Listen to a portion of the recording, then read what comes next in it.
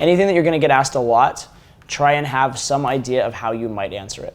Right? And well, the nice thing is, as you go on a lot of dates, you're going to have no choice because you're just going to get asked those questions so many times. You're going to have answers that are good.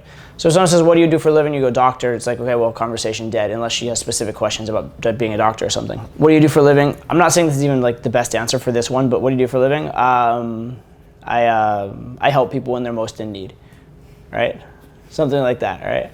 And then she's like, "What do you mean?" Like, "I'm a doctor."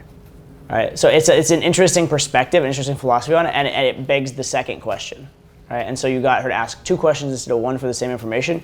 You got more investment from her, right? Just throwing it out there.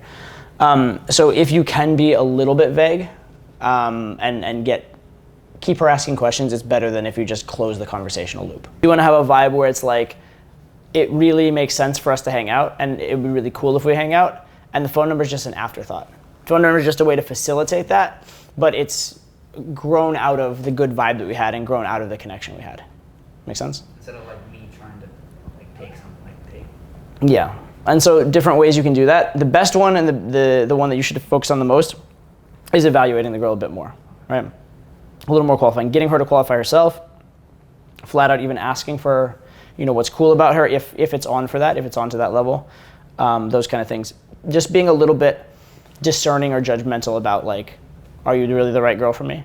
That sort of a thing, okay?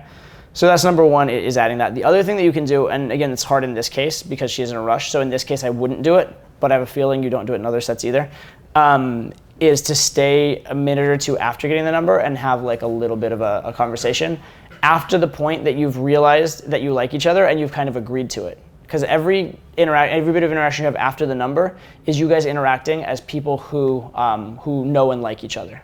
Right? So anything after the number is a lot more meaningful than anything that came before the number. As it stands right now, it's not like she won you over. Like if you get a phone number right now, in her mind, is it likely that you would be walking around taking phone numbers from every remotely cute girl on the campus? Yeah, because she's done nothing to show you that she's special or different from any other cute girl at all, okay? So there's no specialness about the interaction. You are so far attractive and you seem cool, and there's no strong reason not to, but it doesn't feel like this amazing moment, this really great guy. She knows very little about you, very little about her, and there's been no specific reason why you would want her number other than that she was hot.